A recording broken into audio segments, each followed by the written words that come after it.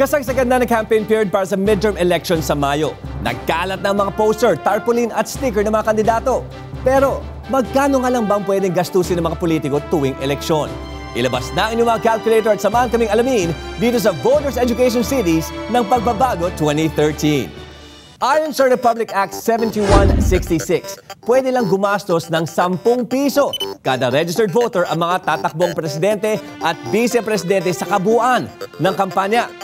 Sa pinakahuling tala ng COMELEC, tingnan po natin, 52,014,648 ang registered voters sa ating bansa.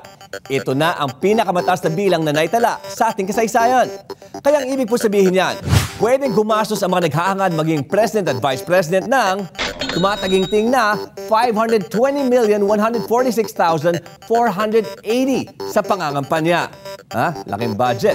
Ang iba naman mga kandidato gaya ng senador at iba pang mga nasa lokal na hanay, 3 piso ang pwedeng gastusin kada botante.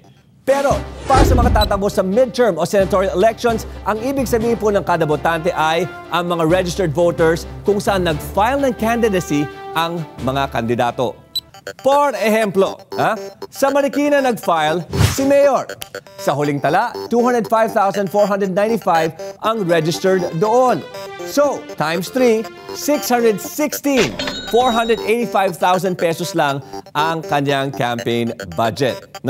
Ang mga kandidato naman na walang partido o tinatawag na independent, 5 pesos ang allotted kada registered voter sa kanyang constituency.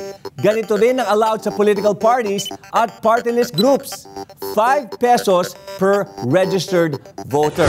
Ngayon, required ang lahat ng kandidato na ipasa sa COMELEC ang kanilang kabuuang gastos sa pangangampanya. Dapat itong gawin 30 days pagkatapos ng eleksyon. At ang hindi sumunod, magmumulta.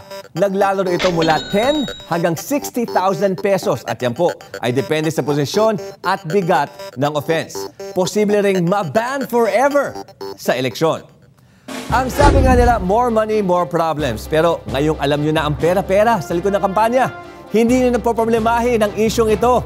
Maging mapanuri sa inyong mga iboboto sa eleksyon para hindi magsisi sa pagtagal ng panahon. Tumutok lang dito sa Voters Education Series ng Pagbabago 2013.